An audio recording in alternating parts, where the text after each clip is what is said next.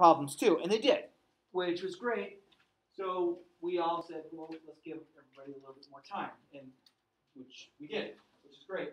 I have not adjusted anything on the Schoology, so that grade is in the grade book at this point, but it probably will reflect a little bit higher score than what you got, just because I know that there's some that you had typed in, and some of you might have had parentheses run apart, that it's fine if it's there, but Schoology recognized that as wrong. So I have to still go back in and do that. That's not done yet, and I'll have that done probably by Wednesday. So just keep an eye on the grade book. So a few things. One is you students, I want to commend you so much on all of you. So many of you advocated for your education. I had a ton of emails. I didn't respond to a lot of them, because I was just like, holy cow. And then I had some mom that said she's going to burn my house down. But, that's, no, I'm just kidding. I'm just kidding. No one's going to burn my house down, I don't think. I hope not. If so, I live out in Aurora, way that way. No, I'm kidding. I live that way. So that's something. So, again, doing this stuff on Schoology, it's a good practice, but it's still new to us sometimes as a department. It's a valuable tool because a lot of tests that you will progressively get from here all the way up through graduate school will be offering things online. So utilizing that type of thing as a tool really is a good thing for you all, because you're learning how to utilize the tool and also feeling comfortable with moving it. But that's all I got on that. So any questions, comments? Poke your neighbor in the eye. Let's get started. Oh, he really did. Okay. Today we're going to talk about midpoint and distance formulas. Okay. So today we'll get this as far as I can. Why don't I collect the 1.6 tomorrow? That was a worksheet that was a while back that people keep trying to slide to me. Is that cool? Okay. So if I collect it today, I know there's going to be the one kid go, but. Yeah, I know. Let's do it tomorrow. Cool? Okay. We'll develop an understanding of both midpoint and distance formulas. Okay, so the midpoint means the middle point, right? Center. I have a line. Where's the middle? Or I have a line segment. 2 endpoints. Where's the center? Somewhere in the middle. Okay, so let's take a look at this. Graph these 2 points. 8, 5. So 8 and up 5. Putting a dot. And then 2 and 5. And we're putting a dot. Does everyone feel that somewhere halfway in between these 2 points would be a place that we could call midpoint? Yeah, and so we could do a number of things. There's the counting. I can count back. I'll come in 1, and then I'll come in a second one, and then I'll come in a third one, and then look at that right there. That's our midpoint, which in this case would be 5, 3. Okay, so there's a way of just using logical thought of how to get there. And then if we try this one here, -2, 6, which is here, and then -2, 5, which is here, or 2, -5, excuse me, which is down here. So halfway in between those points, we will find the middle as well. And so let's count in. Let's count in 1, 2, 3, 4. Okay, and then count in 1, 2, 3, and 4. Oh, I got to go a little bit further. Okay, so I'm going to count in 1 more, and count in 1 more, and then, oh no, I can only count in like half. I can only count half from both of those. So this would have a midpoint of -2, 0.5, or 1/2. Does that make sense? So this is when you have vertical and horizontal lines. You can just, count in logically and do it. Yeah? How come the first one was 5, 3? Because the very middle of this is, I don't know, it should be 5, 5. I'm sorry.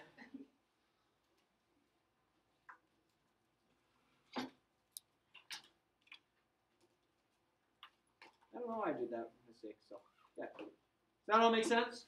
So it's the middle of something. That's all we're getting to, is just the middle of something. Cool. Can I move on?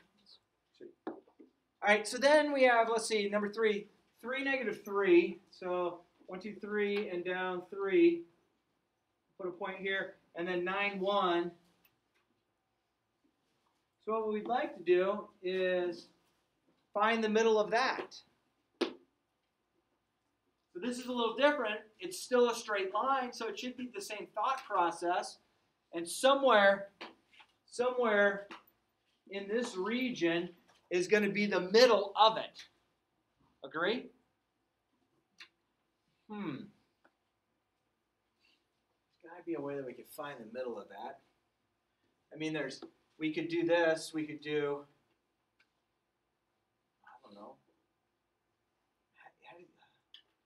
like down a little bit and over, and up a little bit and over. I don't know, and then down a little bit more and over, and up a little bit more and over. That's kind of weird. Yeah.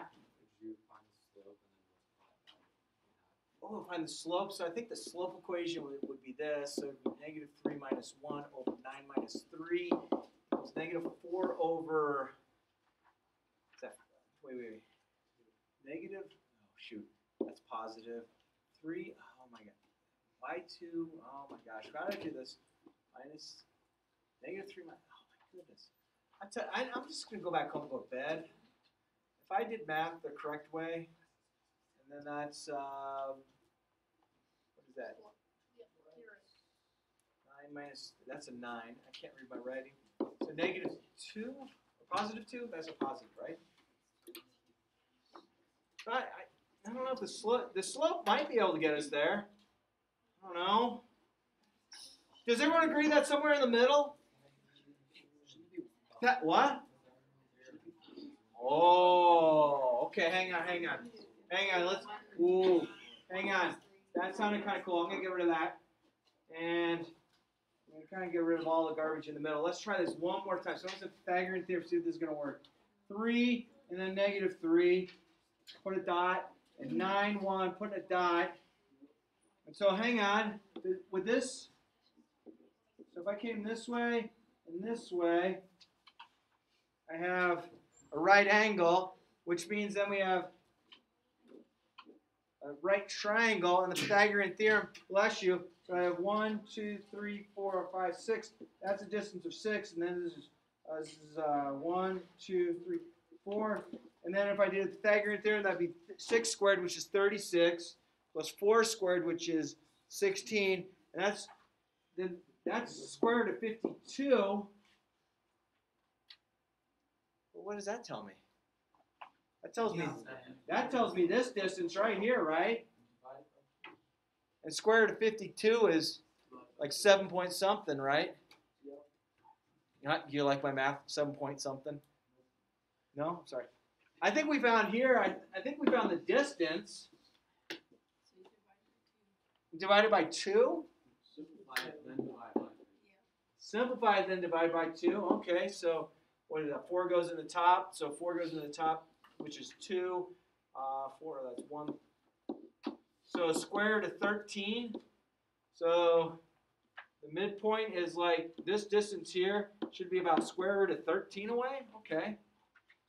I like that. But what are we finding? What's the word? Midpoint, which means an xy component to it. So by discovery, we used Pythagorean theorem, which I like, which gave us the distance, which is something we're going to get to in a few minutes. But I want to find the midpoint. I want to find the middle of this. So any other ideas that I haven't destroyed yet? Anybody? Somebody's saying it back there. I thought I kind of heard something about it. Yeah, is it x1 minus x2 and then y1 over y1 minus y2? It just gives you slopes. Yeah. Oh yeah, that. Never mind. Oh yeah, that one. Yeah. The average of the x's over the average of the y's. Wait a minute. Say that one more time. The average of the x's over the average of the y's. The average of the x's over the average of the y's. Okay, so let's see if this works. So one thing we should do, which always gets me in trouble because I want to go too fast because I get excited about it, and then I make these errors, and people are like, dude, aren't you a math teacher? Yes, but I make errors too. So I have 3 plus 9 over 2. What's 3 plus 9 over 2? 6. And then the y's, negative 3 plus 1, negative 3 plus 1 over 2. What is that? Huh? -1? So let's see if the point 6 comma -1 would make sense to us to be the middle. So 6, -1. What do you think? Do you think that and that are about the same distance? Yeah, we found the middle of this. So it's the average of the x's and the average of the y's. Why do I keep saying average? I only have 2 points and I'm dividing by 2. What's the average? Number of things you're taking divided by the number of items. So if you had 15 items in a row and you want to find the average, you'd add them all up and divide by 15. In this case, I only have 2 x components and 2 y components. So the average of finding of 2 points is divided by 2, right? What about this other one? Let's see if we can do this. Let's see. This is going to be the average, x1, y1, x2, y2. Again, if I don't do this, I'm going to forget. So it's the average of the x's. So I have -6 plus 4 over 2. And then someone figure that out for me, please. And then I have 2 plus 7 over 2. So what is this first one? -1. What's the second one? 9 over 2. 4.5. 9 over 2, 4.5. What do you think the right answer is? I don't know. Use 9 over 2 or 4.5. I think you're a little better looking at a decimal in this case. But that's the midpoint formula.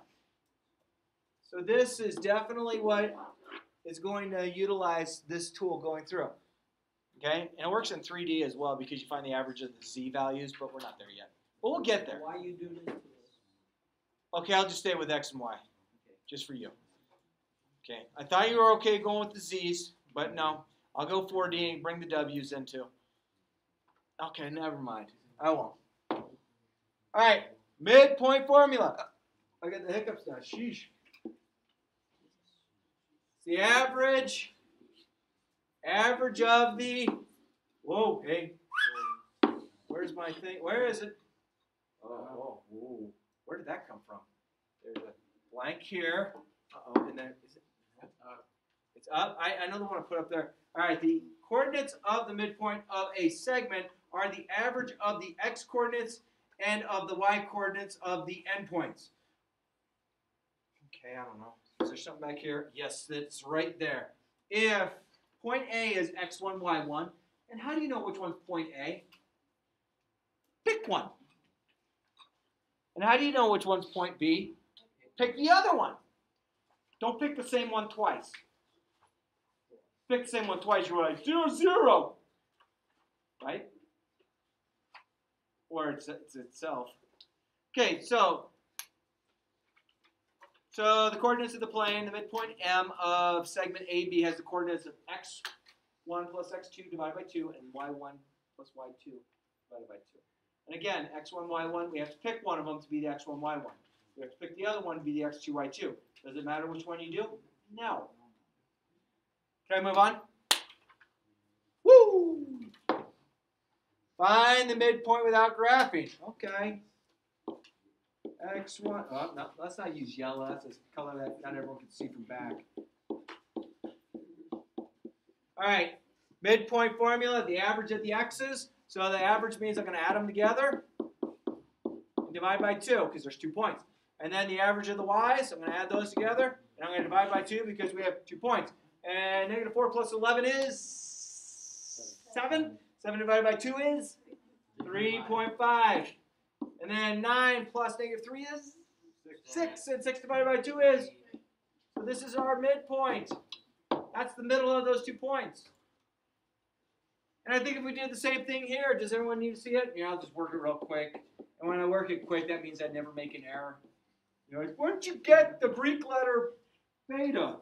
Oh. All right, so the average of the x's and the average of the y's. 2 plus -7. -5, good. Over 2, -2.5. Don't forget the negative like I always do. All right, and then -5 plus -1. -6. -6 divided by 2, -3. So -2.5, comma -3 is the middle of those points. What do you think? Seem good? You guys happy? No.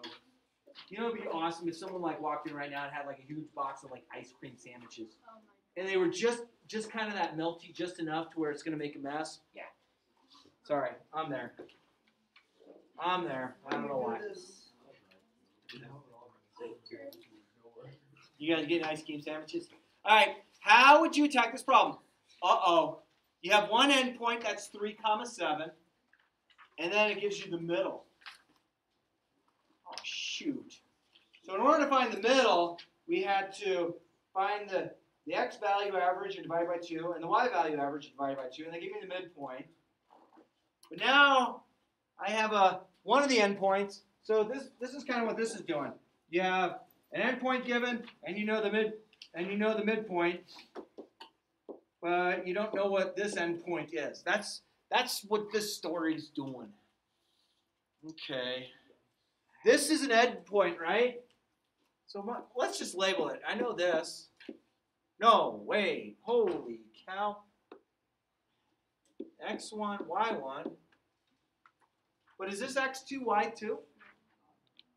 No, it's the endpoint. Or it's the midpoint. So I know that that's XM. What do you think the M stands for? Midpoint. And YM, what do you think the M stands for there? Midpoint, okay. You guys are catching on quickly. So hang on, let's see.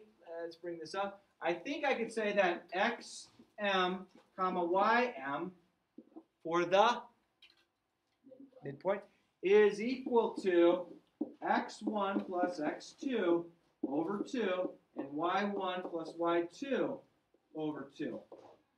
So what are some things that we know up here?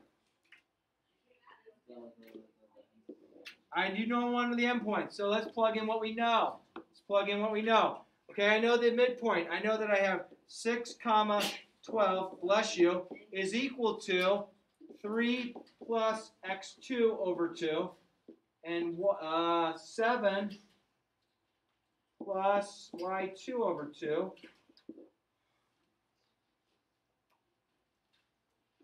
Is that good? Yeah. Okay.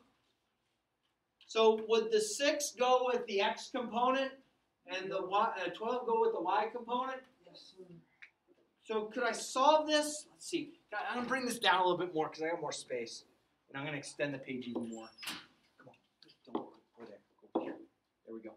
All right. I'm going to bring this up a smidge. All right. So hang on. Could I do this? Could I do that? And if so, Algebra 1 folk, what do I have to do to solve for x2? Multiply by 2, so I get 12 equals 3 plus x sub 2. Would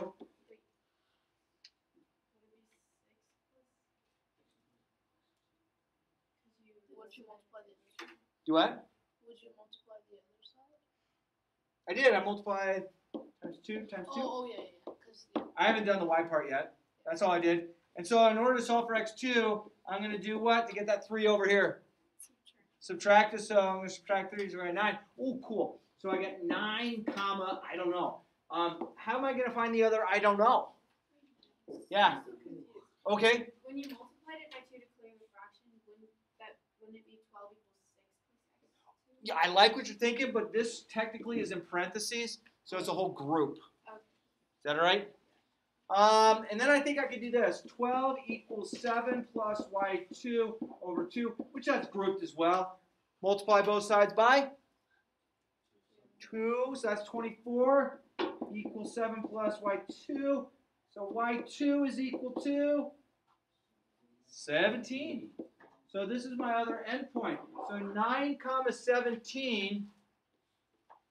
So if I had 3, 7 and 9, 17, guess what's in the middle? 6, 12 is exactly right. So if you're given a point, one of the endpoints and the midpoint, then you have to kind of work backwards a little bit with the problem. And you have to realize that your midpoint is x sub m, comma y sub m, meaning the subscript of m for midpoint, is equal to the quantity x sub 1 plus y sub, or x sub 1 plus x sub 2 divided by 2, the average, comma, y sub 1 plus y sub 2 divided by 2 to get the average. Does that make sense? Kind of? Okay. I bet we'll see another thing. Uh-oh. Here we go. So, hang on. First thing I want to do is this. We just saw this, right?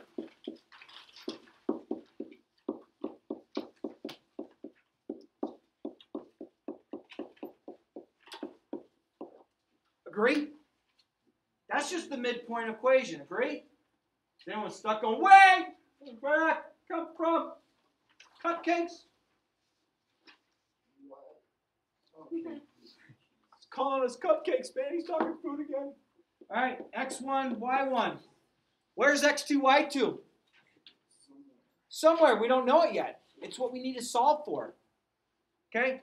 And then I have xm, ym. Let's plug into what we know. So I got -4, comma 3 is equal to 3 plus x sub 2 over 2. And what? -7 plus y sub 2 over 2. So can I take this to equal this? And can I take this to equal this? Does that make sense? So -4 is equal to 3 plus x sub 2 over 2. So follow me. What did I just do? What did I just do? What did I just do, Algebra 1 folk? I multiply both sides by 2. And then what should I do to get x sub 2 by itself? Subtract 3. What is that? What is if I subtract 3 from -8? -11. You guys trying to figure out the Spanish going down the hall, huh? What do you say? Good. How'd you like that? I incorporated it in there. All right. Let's see. And then can I say this? 3 is equal to, it wouldn't have made so much more sense if I would have had the red go with the red, the blue go with the blue, but I'm sorry. Of course, most of you didn't catch on to that, and you're like, then I'm going to confuse you. What should I do to solve that? Yo! Multiply this by 2. 6 equals -7 plus y2. What should I do with that? So what's y2? 13. There's my other endpoint. Oh my goodness. Yeah. I'm feeling pretty good about myself. I'm like going to totally ace this on the test. I hope. Right? Yeah. You enjoy? No applause, just throw money. Bam! Ah, the penny. All right, we need to review. Okay. Root 24. Oh, that's like 5 point something. No, 4 point something. Wait, no, wait. This is 4 times 6. Now somebody's saying, oh, come on, that's 3 times 8. And another's going, 2 times 12. Oh, man. Why am I choosing 4 and 6 versus 3 and 8? And, yo. Because, 4 is a perfect square. Good. 4 happens to be our largest perfect square. So the square root of 4 is? 2. So 2 root 6 is an exact answer. I love it. Okay. What does 50 break down to? 25 times 2. Why am I not doing like 5 times, or I don't know. 5 and 10. Yeah, 25 is your biggest perfect square. The square of 25 is 5. So I get 5 root 2. What about 300? 100 times 3. Why not like 25 and 12? Because 100 is the biggest perfect square. Square root of 100 is 10. So 10 root 3. What do you think? Feeling all right? Is everybody happy? Kinda. All right, what do we got next? Oh! Pythagoras! It's the 6th century! Before the Common Era. That's when this guy came out with this, old Pythagoras. Him and Isosceles were good friends. Just trying to go there. All right, so Pythagorean theorem says, hey, if I take that and square it, and I take that and square it, I get this squared. 3 squared and 3 squared is? That's 9 and 16, and that's 25, but that's actually square root of 25, which is? 5. Guess what I'm not able to do today? That too. Yes. Oh, you're just like Pythagorean theorem is leg squared plus leg squared is equal to the hypotenuse squared. So a lot of times you see it as a squared plus b squared is equal to c squared. Okay, this is what I want to do. Oh shoot, I didn't get all the way done with the notes. Well, no. So let's do this. I'm going to go forward here. Going forward. All right, so do as much of worksheet 1.7 as you can with the midpoint. Okay? Is that all right? Make sense? And then I'm going to collect worksheet 1.6 tomorrow. This, we will probably, let's make this due on, make this due on Wednesday. How about that? That way it allows me to finish the notes here. And then also on Wednesday, and I don't know why we scheduled this. I don't know why. But we have our chapter test. You know, it's like we just had this quiz that like most of you like were sending me hate mail for. And now I'm giving you the test because I need to get beat up in the parking lot or something. And that's just by the teachers, not the students. So, huh? Yeah, but you throw a big enough rock and catch somebody in the temple, doesn't matter what you know, right? Yeah, it's judo, not jiu-jitsu. So I know how to get those submissive holds on you. But, you know, I also have to be able to get the hold on you to make it work. You know, when you get the guy that's doing this, it's like, I can't grab that hand. Sound good? Everyone feel good?